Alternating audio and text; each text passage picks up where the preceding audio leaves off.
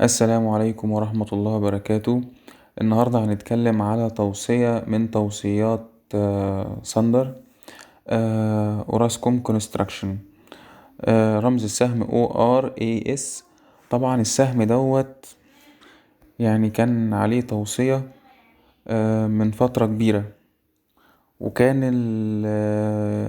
الأداء بتاعه كان سلبي من تاريخ التوصية عليه، بس ما كانش وصل للسعر اللي هم قايلين عليه كوقف خسائر.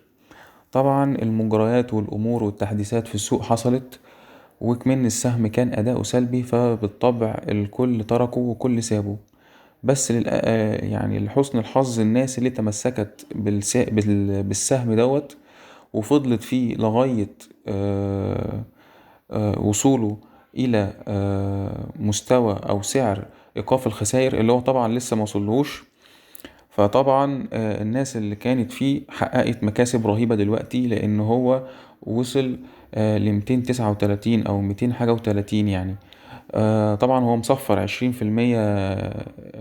ربح، وفي طلبات لكن مفيش معروض، يعني في ناس عايزة تشتري السهم لكن مفيش حد عايز يبيع السهم. فالسهم طبعا واخد ارتفاع عالي جدا، زيه زي طلعت مصطفى، زيه زي سهم طلعت مصطفى. طبعا يعني مش عارف اقول لكم ايه، يعني اظن ان مفيش حد يعني هيلحق السهم يعني. فهو عامة آه، السهم السعر الأخير الواصل ليه أهو 237، السعر المستهدف 229.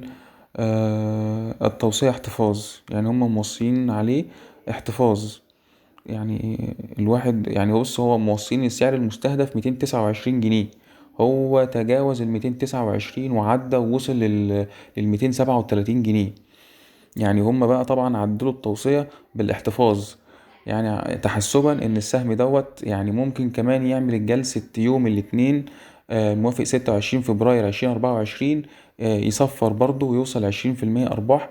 وممكن كمان جلسة يوم التلات يبدأ بقى النسب تقل شوية، أو يحصل عملية تصحيح أو جني أرباح. فبالتالي ممكن ما يوصلش لنسبة 20%، مثلا يوصل ل9%، 8%، 6%، أيا كان يعني. بس هو ممكن يستمر للصعود إلى يوم التلات. طبعا برضو يعني أنا مش عارف أقول تاخدوه ولا ما تاخدوش، لأنه في أسعار عالية. يعني أنا بقول لكم التوصية، وكل واحد أضرب محفظته وقادر إن هو ينوع فيها. بس النصيحة اللي أنا أقدر أنصحها لكم، أي حد يا جماعة هيخش في سهم، حتى لو سهم مضمون، حتى لو سهم بيحقق أرباح، حتى لو سهم من القطاعات الصاعدة، محدش يخش بجميع الكمية أو بجميع المبلغ اللي في المحفظة.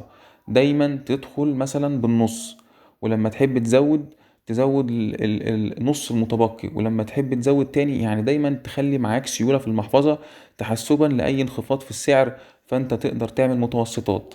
طبعا ده باعتبار اللي احنا داخلين في أسهم كلها طالعة، عشان برضو لو هي ريحت شوية وعلشان تنزل لتحت وتكمل صعود، يبقى انت معاك سيولة تقدر تعمل متوسطات، وتقدر تحقق مكاسب اكتر شوية، وتعمل يعني وتقلل الخسائر قدر الامكان، علشان لما السهم يطلع يبقى انت تستفيد بربح اكبر. وبالتوفيق للجميع ان شاء الله. واحتمال ممكن انزل فيديو خاص بسهم ابن سينا فارما.